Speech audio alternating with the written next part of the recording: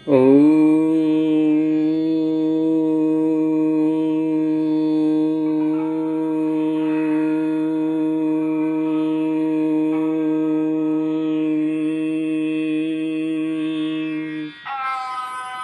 जटिने दण्डिने नित्यं लम्बोदर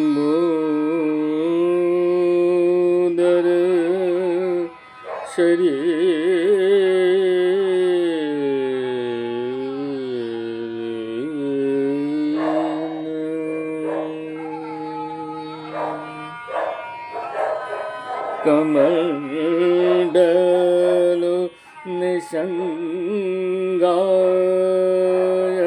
तस्मै ब्रह्मात्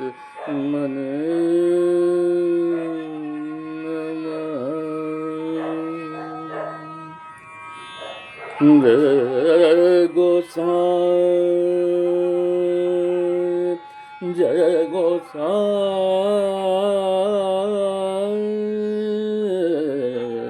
जय गोसाई।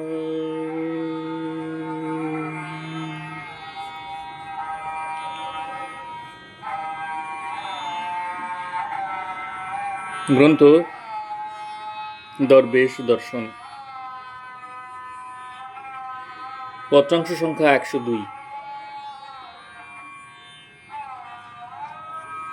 কোটা রাজ্যের একজন বড় শেঠ কাশীতে আসিয়া সস্ত্রীক আমাকে ধরিয়াছেন।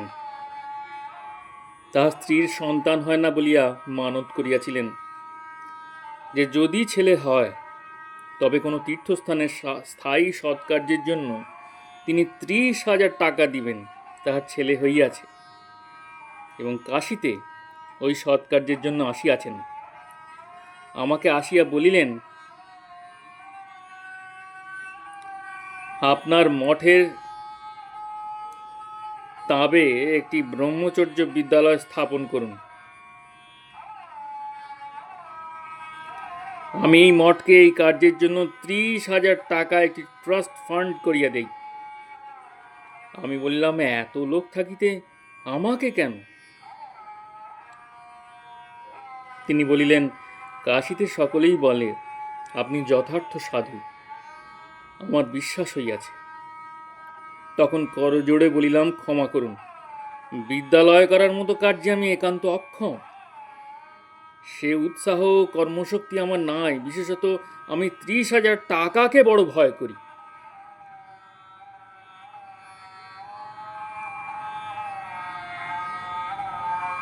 পত্রাংশ সংখ্যা 103। সত্য কথা শুনিবে? আমি অপার শান্তি সিন্ধুতে হাবুডুবু খাইতেছি। ইহলোক পরলোক সব আমার একাকার।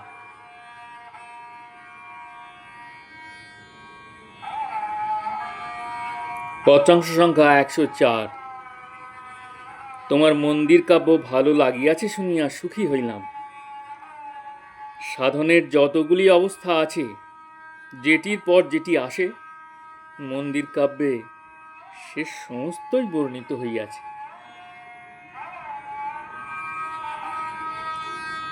পত্রাংশ সংখ্যা 105। আমি চিরদিনই একাকী ছিলাম। আশ্রম করিয়া ঠাকুর সেবা প্রবর্তন করিব এরূপ তখন ইচ্ছা ছিল না। কেবল ছেলেদের অনুরোধে ও আগ্রহে আমাকে মঠ করিয়া মহান্ত সাজিতে হইয়াছে। সুতরাং মহান্তের কর্তব্য কার্য আমাকেই নির্বাহ করিতে হইবে। আশ্রম করিবার বাসনা পাপের, ইহাই সাজা। উপযুক্ত লোক খুঁজিতেছি, কিন্তু পাইতেছি না। আমার কোনো শিষ্য হইলে খুব ভালো হইত। এজন্য খোরাকি ও বাসস্থান ব্যতীত প্রয়োজন মতো যে কোনো বেতন দিতে আমি প্রস্তুত।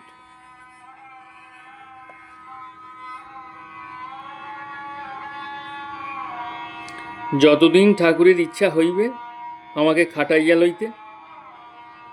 ততদিন লোক জুটিবে না।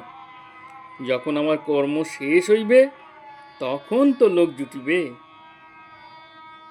ট্রাস্টিরা সবই জানেন, তাহারা আমার উপরই নির্ভর করিয়া চুপ করিয়া আছেন। কেহ উপযুক্ত লোক খুঁজিবেন এমন ইচ্ছা ও সময় বোধহয় তাহাদের নাই। তুমি দুঃখ করিও না, ঠিক সময় হইলেই ঠাকুর আমার প্রতি কৃপা করিয়া লোক দিবেন, ব্যস্ত হইও না।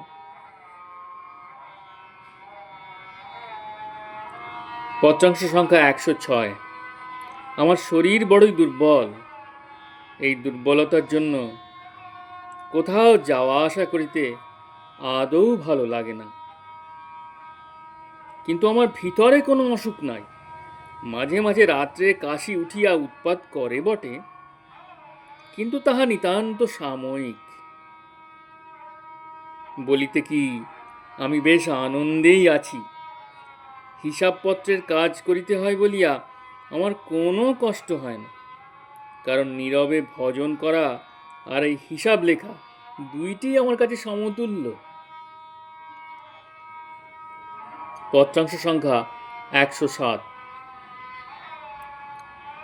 রোগ শোক সর্বদাই আসিতে পারে, সেজন্য উত্তেজিত হইবার কিছু নাই। তোমাদের কাছে রোগের কথা লিখিয়া অযথা ব্যস্ত করিয়া তুলিতে প্রাণে বড় লাগে। কেবল পুরী যাইতে সক্ষম হইব না এই কথা ভাবিয়া দুঃখে পূর্বে চিঠি লিখিয়াছিলাম। ইহার কোনো প্রতিকার নাই। যে ভাগ নিজের কর্মবশে গ্রহণ করিয়াছি, যে ভোগ নিজের কর্মবশে গ্রহণ করিয়াছি, সে ভোগ তো ভুগিতেই হইবে। কিন্তু আমি ভিতরে ভিতরে বেশ ভালোই আছি।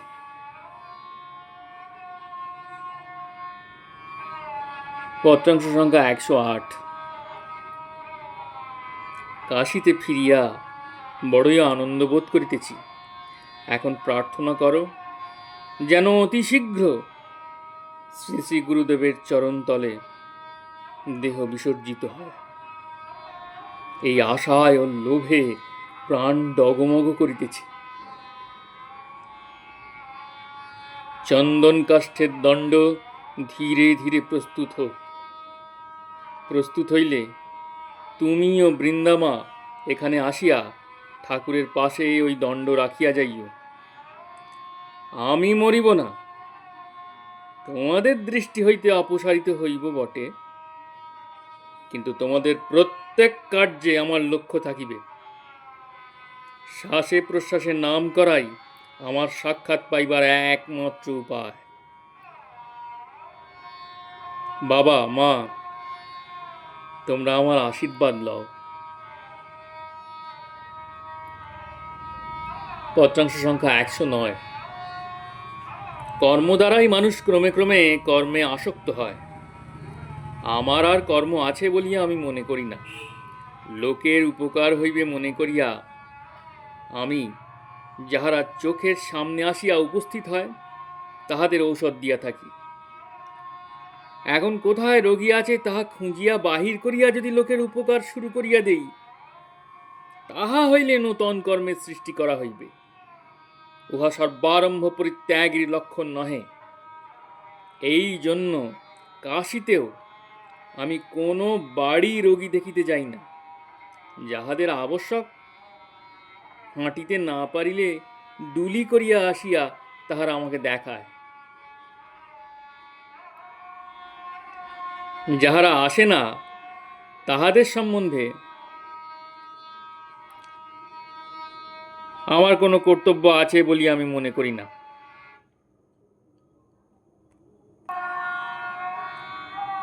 সৎ বা অসৎ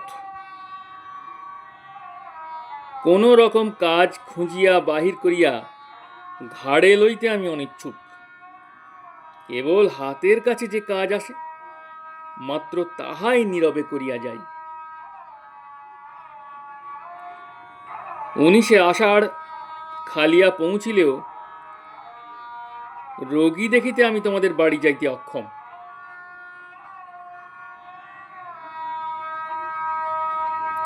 এই প্রকার উইথ ভেঞ্জেন্স ডাক্তারি শুরু করার মতো দুর্বুদ্ধি আমার নাই। পাছে তুমি সেই আশা লইয়া বসিয়া থাকো, সেই জন্য পূর্বেই বলিয়া রাখিলাম। পত্রাংশ সংখ্যা 110। আমাকে প্রত্যহ অসম্ভব রকম চিঠি লিখিতে হয়। এবছর আমি তো ব্যারামে ও ভ্রমণে বহুদিন কাটাইলাম, তথাপি বৈশাখ মাস হইতে এ পর্যন্ত তোমার এই চিঠিখানার নম্বর 824। ইহা দ্বারাই বুঝিবে কত চিঠি লিখিতে হয়। সুতরাং কোনো কিছু লিখিয়া পত্রপাঠ আমার নিকট হইতে জবাব পাওয়া দুরাশা মাত্র, তথাপি যত শীঘ্র সম্ভব তাড়াতাড়ি জবাব দিই।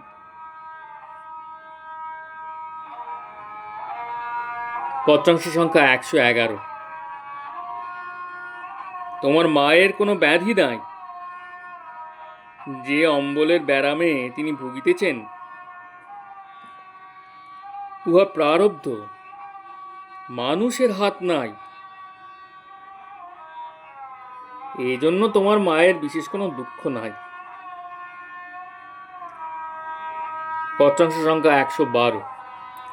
তোমাদের মা তোমাকে বকিয়াছেন বলিয়া দুঃখ করিও না। আপন বোধ না থাকিলে বকিতেন না। যাহার আদর গ্রহণ করিতে পারো, তাহার বকুনিও গ্রহণ করিতে হয়। মুখে মুখে জবাব করা উচিত নহে।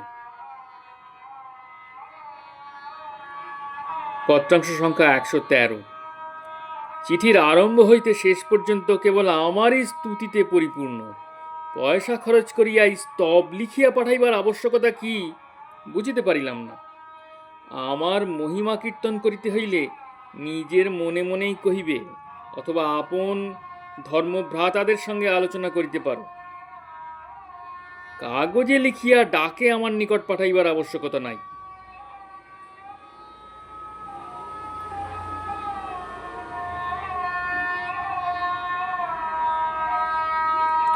পত্রাংশ সংখ্যা 115। তুমি আমার ডায়েরি দেখিতে চাহিয়াছ। উহা পাইবার কোনোই সম্ভাবনা নাই। গোসাইয়ের জীবনের ঘটনা যাহা লোকের নিকটে বলা যাইতে পারে, এমন কোনো ঘটনাই ওই ডায়েরিতে নাই। আমি তাহার জীবনের কোনো ঘটনাই ডায়েরিভুক্ত করি নাই। উহার মধ্যে কেবল আমার জীবনের নানা অবস্থা এবং ওইসব অবস্থায় কিভাবে তিনি আমাকে চালাইয়াছেন, কিভাবে সাহায্য করিয়াছেন, কিভাবে কাঁটার মধ্য হইতে আমাকে টানিয়া তুলিয়াছেন, সেই সব লীলাই বর্ণিত আছে। একান্তভাবে আমার সঙ্গে তাহার যেটুকু সম্বন্ধ, তাহাই আমার ডায়েরির প্রাণ। উহা সাধারণকে বলা চলিবে না। সুতরাং সকলের নিকট উহা সিল্ড বুক। আমার ডায়েরি কেহ পাইবে না।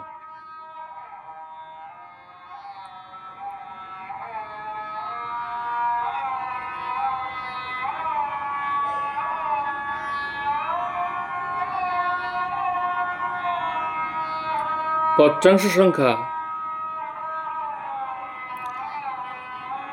119। ভগবানের বিবাহের দুইটি সম্বন্ধেরই বিবরণ অবগত হইলাম। তুমি দুইটি মেয়েই ভালো করিয়া দেখিবে। শুধু মেয়ের চেহারা দ্বারা গাইডেড হইয়াই মেয়ে দেখিও। অন্য কোনো বিচার বিবেচনা যেন মেয়ে দেখিবার সময় মনে না আসে।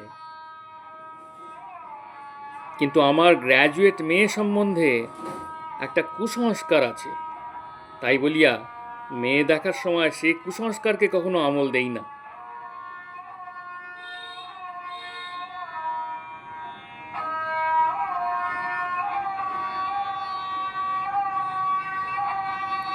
পত্রাংশ সংখ্যা 120। আমার অসুখের ফিরিস্তি তোমাকে দিতেছি। ভিতরে একেবারে কফে পরিপূর্ণ। রাত্রে যেদিন কাশি উঠে, সেদিন একক্রমে 2-3 ঘন্টা কাশি চলিতে থাকে। কাশি উঠুক বা না উঠুক, রাত্রে ঘুম হয় না। 11টার সময় শয়ন করা মাত্র ঘুম আসে, 12টার সময় ওই ঘুম ভাঙিয়া যায়। তৎপরে সারা রাত একেবারেই বসিয়া থাকিতে হয়। কান দিয়া অবিশ্রান্ত পুঁজ ঝরে এবং শ্রবণ শক্তিও কমিয়া গিয়াছে। কাছে আসিয়া চেঁচাইয়া কথা না বলিলে কিছুই শুনি না। চোখ দিয়া অকারণ অবিশ্রান্ত জল পড়িতেছে এবং দৃষ্টিশক্তিও কিছু কমিয়া গিয়াছে। পায়ের পাতায় একটা একজিমা হওয়ার সময় সময়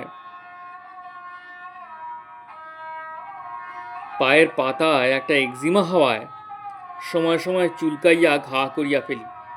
উহা দিন দিন বাড়িতেছে। সর্বোপরি সমস্ত গায়ে দারুণ বেদনা। এই বেদনার দরুন কোনরূপ মুভমেন্ট এই প্রাণ যেন বাহির হইয়া যায়।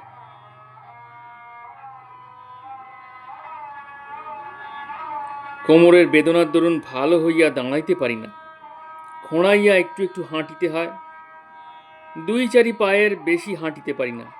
এই আমার বর্তমান অবস্থা। ঠাকুর এতগুলি সৈন্য সামন্ত আমার নিকট পাঠাইয়াছেন, উহাদের যেন কোনরূপ অমর্যাদা আমার দ্বারা না হয়। ভিতরে আমার কোনো অসুখ নাই, আমি ভালো আছি। পত্রাংশ সংখ্যা 121। শরীর বড়ই অসুস্থ, কিন্তু কোনরূপ নড়াচড়া না করিয়া চুপটি করিয়া বসিয়া থাকিলে কোনো অসুখই বোধ করি না। তাহা পারিতেছি না। লোকের সঙ্গে কথা বলিতে হয় এবং চিঠিরও জবাব দিতে হয়।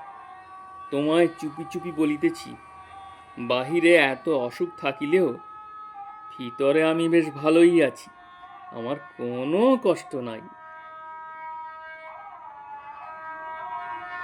জয় গুরু, জয় গুরু, জয় গুরু, জয় দরবেশ, জয় গোসাই। প্রণাম, প্রণাম, প্রণাম।